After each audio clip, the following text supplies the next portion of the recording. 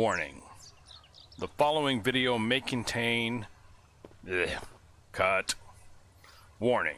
The following video may contain immersion breaking tips. Tip 1.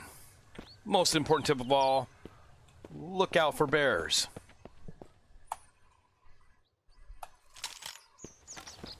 They can do a lot of damage and slow your game progression down because they will cripple you, cause you to bleed, make you use a lot of resources.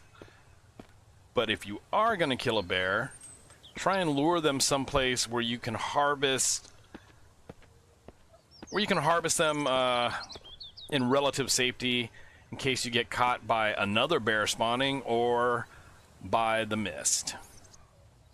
What we're going to do here is try and lure one down to my cabin. Yeah, that sounded bad. I'm not going to be able to get him to my cabin, but I may be able to get him from the back of this truck. So let's see if I can lure him over here. Here, bear. And they are fast. Do not underestimate how fast they are.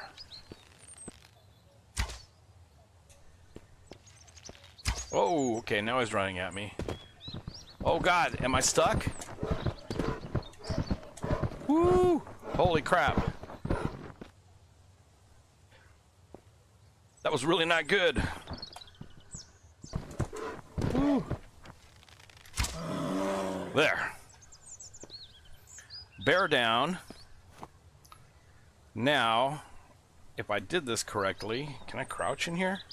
Oh, I'm already crouching. Okay, well, ideally you'd want them to be closer.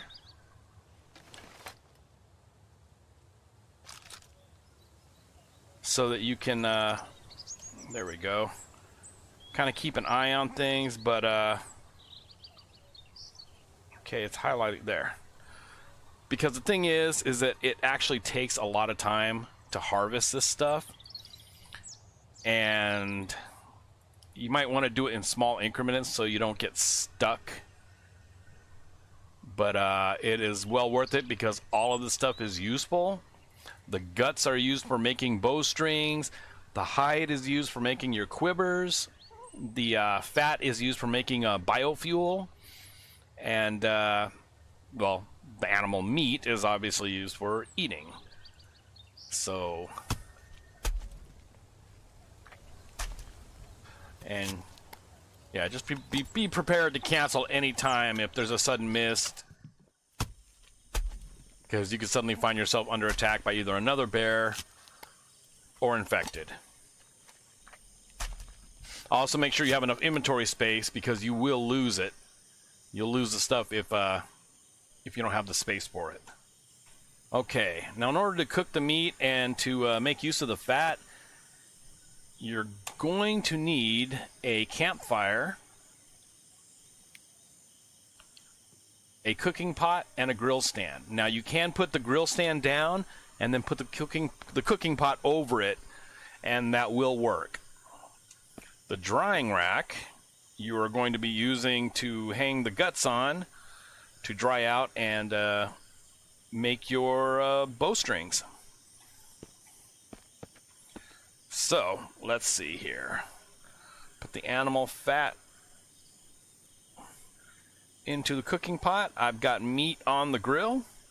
So what you're going to need is you're going to need matches to start with. You're going to need bark for tinder and then some kind of accelerant. Right now I'm using the biofuel that I get from the fat. You're going to want to put your meat up here. And then you're going to need firewood. This is a single piece which isn't going to last long. And then hit ignite. And as long as you have accelerant, it should work the first time and you don't waste matches. These will cook up. Keep an eye on them because if you get burnt meat, it will make your thirst go down more. Also, this will produce charcoal, which later on you will be able to use to make more matches. As you can see here, the animal fat is rendering, and it will keep going until it fills up a 1.5 liter can. and it will start putting them into storage up to 4. And as far as I know, oh no, it does actually go bad. Okay, so you do want to do that as soon as you can. And I have there. This meat is now well done. I can throw some more on there. Now, unfortunately, you are in the wilds. This is the post-apocalypse, so meat will spoil quickly.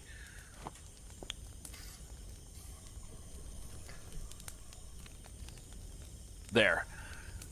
If you watch, you can actually see it change on the grill itself, which is really neat because you don't see that in many games, but you will actually see it physically change while it's on the grill. Okay, after hard days of going out and killing bandits and infected and just trying to survive, you have a fatigue bar, and it will not refill, and this affects your stamina. So this game does require you to be able to, you need to sleep. You have to sleep to regain that. And if your health is low, if you're hungry, if you're thirsty, or if you're bleeding, it's all going to affect, everything affects everything. So in order to get that fatigue up, you're going to hit the 7 to sleep. And I believe that if you actually sleep on a bed, you have a base with a bed, it will, it'll benefit you. So let's just sleep for 9 hours now. Oops. And you can see the fatigue going up as you sleep. Oh, and we get, also I guess I should tell you that yes, if a missed event happens while you're doing that, you will be interrupted. Oh, I don't have my bow. Also, yeah, I don't have a bow anymore because it broke. They do have a durability on them, and they seem to go down pretty quick. Okay, tip.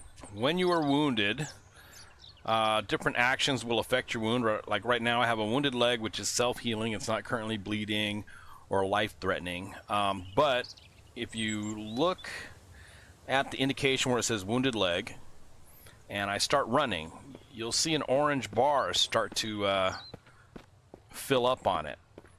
If that goes up too high, you will make your wound worse, and you could start it bleeding again, or other things, and basically it could end up being fatal. So you really want to watch what you're doing. Other actions, like if you look at my top wounded there on my arm, I'm swinging this and it's making that orange bar go up really quickly. So pretty much if you're wounded, you want to kind of take it easy and relax a little bit, maybe do some inventory sorting, and yeah, maybe go talk with your NPCs. Okay, here's another tip. This is one that I actually learned in Conan Exiles, is if you can get close enough to maybe even 3 trees at once, you can actually hit multiple trees per swing, and this will reduce your grinding time by a lot.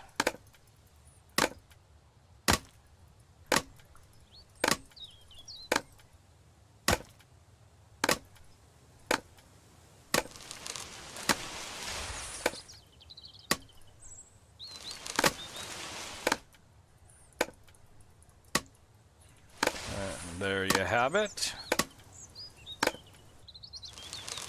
Now, if you have a favorite spot to cut trees down or do any kind of grinding work, it's a good idea to have a chair nearby, because then what you can do is rest and you'll see your stamina go back up. And when it hits max, you can just cancel. Oh, and you got to make sure that there's not a missed event happening while you're doing that. Another thing you can do is a lot of times there's stuff on the ground and you won't notice it until you're really up close to it. So what you can do is go into your graphics settings, under options, graphics, and then under foliage, you just turn that to low, and voila, you can actually see everything that's on the ground. Another tip, if you are looking for bark specifically to make lashing, because you need leaves and tree bark, you can use your combat knife and it will give you bark very quickly. Tip about the quiver.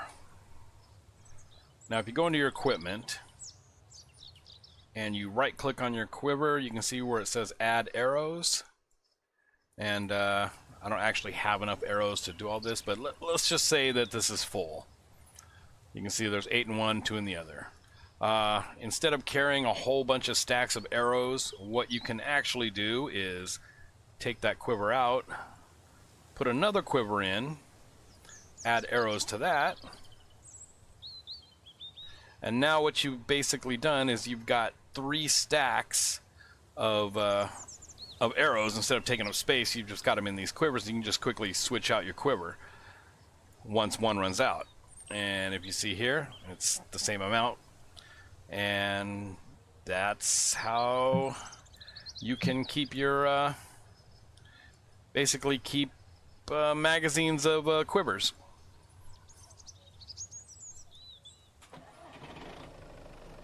Okay, here's another tip. If you find yourself over here by this this little garage area that has a workbench, there's a road that goes off to the side here. And down this road you will see a lake.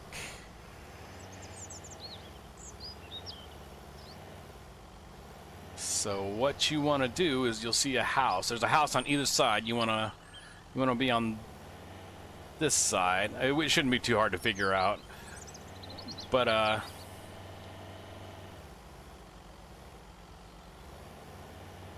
see if we can get up here without destroying our car.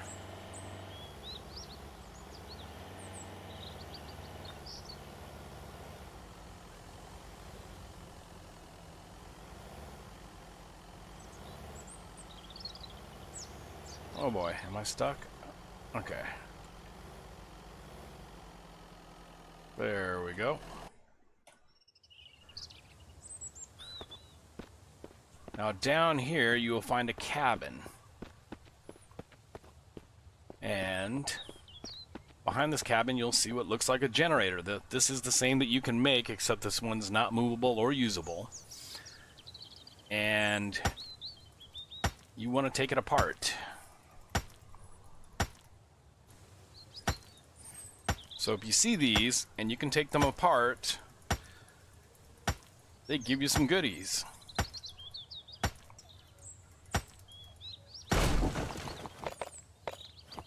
They give you gears, components, and scrap. So, and those are always good to have.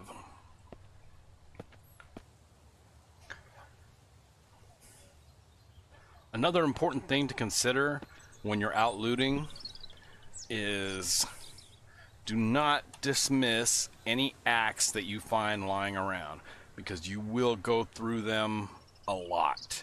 And they're kind of expensive to make because they take ingots, and they're a real pain in the butt to make. It's better just pick them up for free when you can.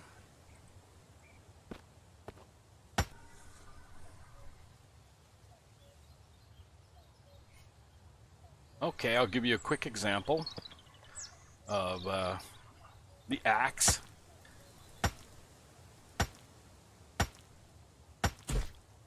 And there you go.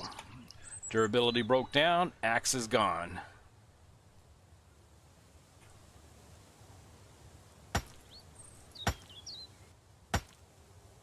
And I'm not sure how many swings it takes, but yeah, this is already down to 92%. And I partially did this with the other axe, and so yeah, your axe will go down pretty quickly. So definitely, when you find them, grab them. And as you can see, you have gears, you have metal scraps, you have electronic parts and components. So taking things apart can be very, very rewarding. Okay, a tip about getting onto some of the buildings and some of these campers. Sometimes it's a little bit harder to get up there. You need to find something like this to give you a little bit of elevation, and then you can climb on top. Now sometimes there is actually loot to be had on these. Oh, and apparently you can walk across ropes. I did not know that, but doesn't appear to be the case this time. Also, it's not always the case, but just because you've tried to take apart something once does not mean you should stop trying, because sometimes the exact same object, like let's say these campers, you can see this is not breakable. And then this fence here, you can see it's not breakable. But I will show you in a moment that just because these aren't breakable doesn't mean that others of exactly the same thing are also not breakable. Okay, as I was saying earlier, some things that look identical to stuff that you could not take apart before is not always true. For example, these fences here, as you can see here, I can take these apart. And same thing with this this trailer here.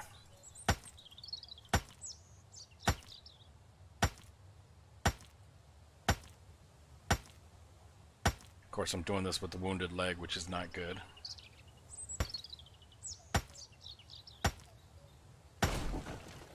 And there you go. Components and scrap and wood. So you get some pretty good stuff from that. Now, one of the other things, make sure the bear's not going to attack, some of the other stuff that can be taken apart sometimes and not others would be this garbage bin, this shopping cart, and also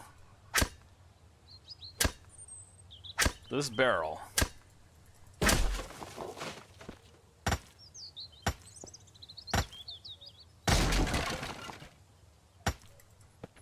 So, now that you know this, it's a good idea to just basically swing your axe at everything and see if a hit point bar shows up.